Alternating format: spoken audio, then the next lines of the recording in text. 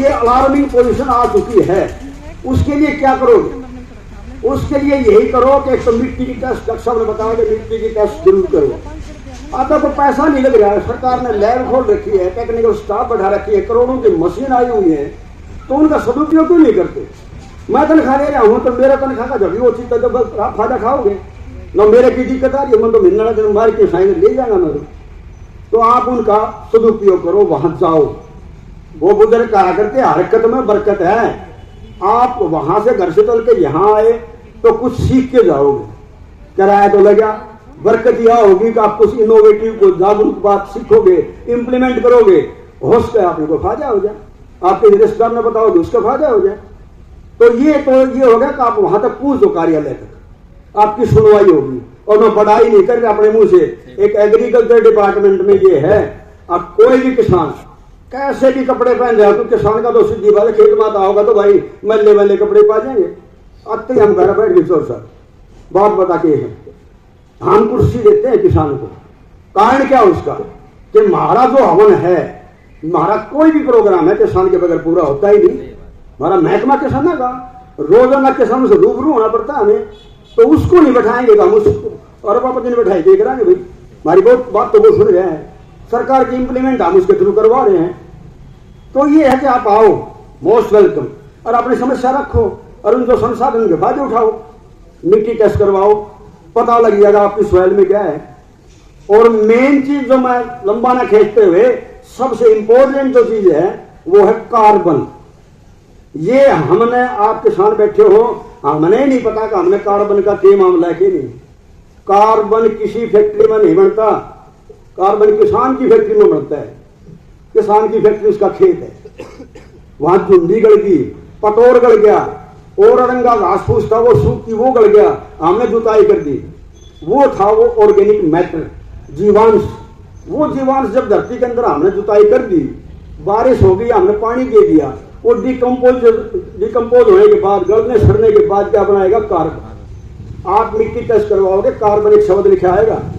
Carbon अपनी जमीन में ऑन एन एवरेज वो अपना 0.4 तक है, और यह संडी सॉइल आ गया तेलत आगा का नहीं, लोहारू का नहीं, 0.30।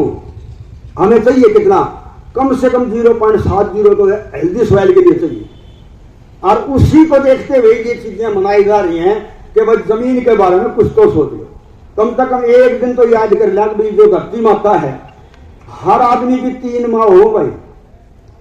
सबसे पहले तो धरती माँ जिस पर सब कमिस है, फिर जन्म देने वाली माँ वह माता, और फिर तीसरी चीज जिसका दूध दाद माँ का भी माँ, लेकिन जब चलन लाई गया है तो गऊ माँ, उसका दूध और मक्खन पहले हर घर में गऊ हुआ करती।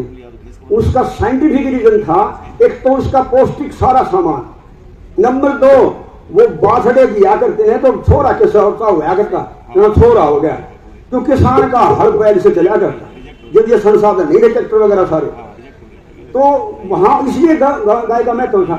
और अब भी जो कॉन्सेप्ट आ रहा है प्राकृतिक खेती का, वो यही आ रहा है कि जो देसी गाय पाला है वो खेती प्राकृतिक कर सकता है, बाकी नहीं कर सकता। उसमें है सब कुछ। उसकी जो आंत है ना, उसके आंतों के अंदर 16-17 तत्व निर्मित होते हैं, और वो यूरिन के थ्रू, गोबर के थ्रू बाहर आते हैं। उसका चाहे स्प्रे करो आप, चाहे सीड ट्रीटमेंट करो, चाहे खेत में सीधा जान दो, उसकी लंबी प्रोसेस है, अलग अलग तरीके हैं।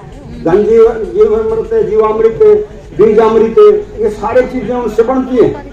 और उसकी क्वांटिटी है, कितना गोबर, कितना यूरिन और गोमूत्र, और कितना उसमें गुड़ डालना है, क्या प्रोसेसिंग, वो एक लंबा सब्जेक्ट है प्राकृतिक खेती का। उस तरफ भी आओ। क्यों आओ? कि कार्बन की मात्रा इनसे बढ़ेगी। कार्बन की मात्रा बढ़ेगी तो आपके जो जमीन के अंदर हैं तत्व, वो सारे जो है ना, वो अपटेक एफिशिएंसी ऑफ प्लांट वो देके दोबारा लेने की शक्ति बढ़ जाएगी। कार्बन एक्टिवेट करता है माइक्रो ऑर्गेनिज्म को, माइक्रोब्स को, सूक्ष्म जीवाणु। मैं सिंपल सा एग्जाम्पल देता हूं कि ये बहनें हैं रसोई में, अपने घर पे माताएं बहनें रसोई बनाती है ना, किचन में वही काम करती हैं भाई। आटा भी रखा है, आलू भी है, मटर भी है, प्याज भी है, सीधे बुड़का को मारे से आलू के फाके, चून के फाके मारे तो आटा गूंदेंगे, रोटी बनाएगी, सब्जी काट कूट के छुक लगाऊं, सब्जी बनेगी। रसोईया रसोई में जागा तो रसोई बनेगी। कार्बन जमीन में रसोईया का काम करे। अगर कार्बन जमीन में नहीं है तो रसोई नहीं बनेगी। किसके लिए? पौधे के लिए। माइक्रोब्स, सूक्ष्म जीवाणु एक्टिवेट नहीं होंगे। आपका आज के दिन आंकड़ा ये बोल रहा है कि 100 किलोग्राम डीएपी बराबर है 40 किलोग्राम डीएपी। 100 किलोग्राम का कट्टा आपने डाली है 2 कट्टे, तो आपका 40 किलोग्राम अपटेक कर रहा है पौधा। 60 किलोग्राम आपके तंत्र के रूप में और वहां सॉइल में पड़ा है। क्यों पड़ा है वो? क्योंकि माइक्रोब सूक्ष्म जीवाणु एक्टिवेट नहीं हो रहे। और क्यों नहीं हो रहे? क्योंकि वो कार्बन जमीन में कम हो चुका है। कार्बन क्यों कम हो गया? कि हमने कृषि संसाधन प्रयोग करने छोड़ दिए। तो ये आपस में कोरिलेटेड हैं और सॉइल साइंस के अनुसार ये आपस में वैज्ञानिक तौर पर जुड़े हुए। उसका एक एग्जांपल मैं आपको देता हूं कि FYM, फार्म यार्ड मैन्योर, कुल्डी की खाद, सिंपल सी है। कुल्डी की खाद क्या खाद है? ये सबसे बेस्ट है। गोबर की खाद, हरी खाद, आपने कुल्डी की खाद खेत में डाल दी। इसके बीच में एक और बात आती है कि बुजुर्ग हमारे अनपढ़ होते हुए हमसे शाने थे। कैसे? वो गड्ढे के में खाद डलवाया करते बालकन के। जो तसला भाई अपने वहां रूढ़ी से उन पर डांगुट डालियो। उसका कारण क्या था? अगर तो टेम्परेचर ज्यादा हो जाएगा तो वो लॉस नहीं होगा न्यूट्रिएंट का। जो nitrogen, phosphorus, potash, micro nutrient उसके अंदर है उनका लॉस नहीं होगा। अंधेरा आ गया तो वो उड़ की नहीं जाएगा। आपके गड्ढे में कमल के उड़ की आस क्या है? तीसरा, जब बारिश 2 आंगड़ हुई, 10 आंगड़ हुई तो आपका पानी गड्ढे में मरेगा। वो गड्ढे में पानी गया तो डिकम्पोजिशन होगी, गले सड़ेगा। गले सड़ेगा तो खाद बढ़िया बनेगी। तो वो कितना बढ़िया सिस्टम था उनका। हम क्या करा है? बोले उठ के रहिए भाई, बालकन तो काम होता करेंगे। मटीर चढ़ा दिया ऊपर, डिब्बा सा बना दिया। आंधी आवेगी तो उड़की जाएगा, मीह बरस गया तो बह की जाएगा। टेम्परेचर ज्यादा होगा तो लॉस होगा। आपका 80% तो खत्म वही हो जाता है। फिर उसका साइंटिफिक रीजन देखो।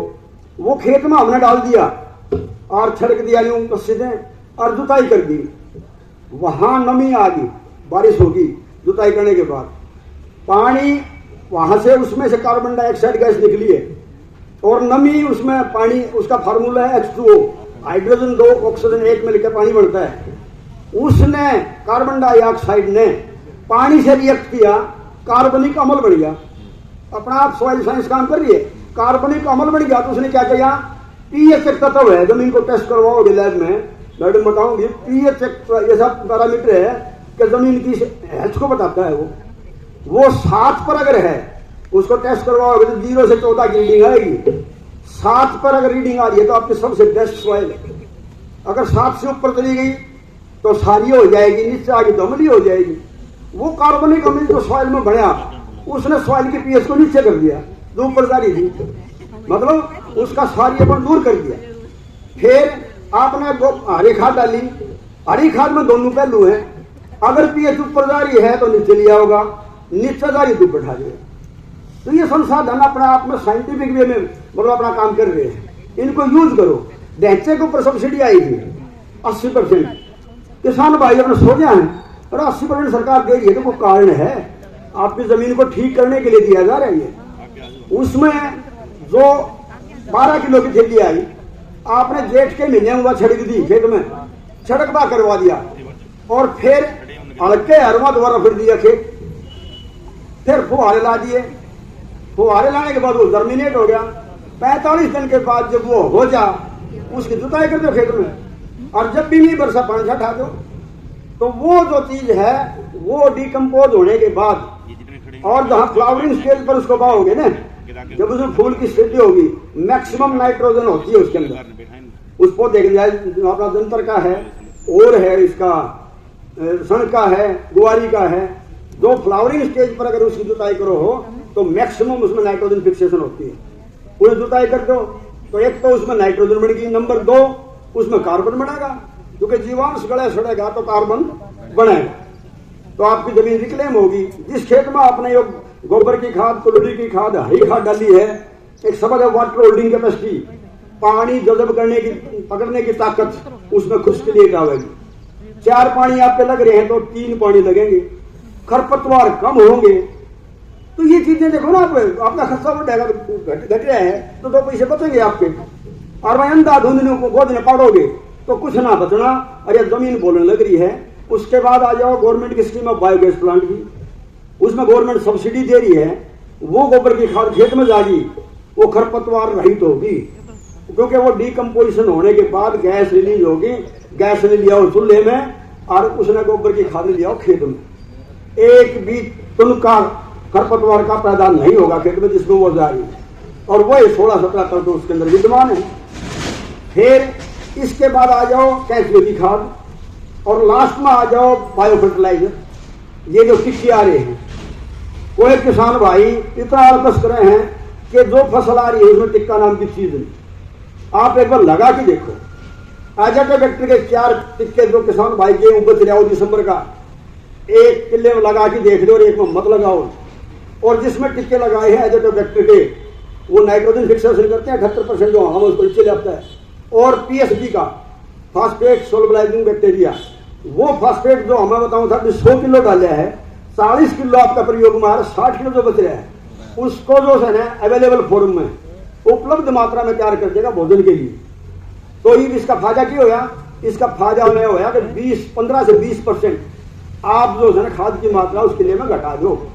ये फायदा होया आपका, आपकी जेब पर तो वजन हट गया। नंबर 2, उस किले में जिसमें आपने नहीं लगा इससे ज्यादा पैदावार ले लो, नुकसान पैदावार का भी नहीं। तो कहने का मतलब ये है कि ये चीजें आप यूज करोगे, संसाधन प्रयोग करोगे तो जमीन बची रहेगी। ज्यादा लंबा ना खींचते हुए मैं अपनी वाणी को विराम देता हूँ। नमस्कार, राम राम।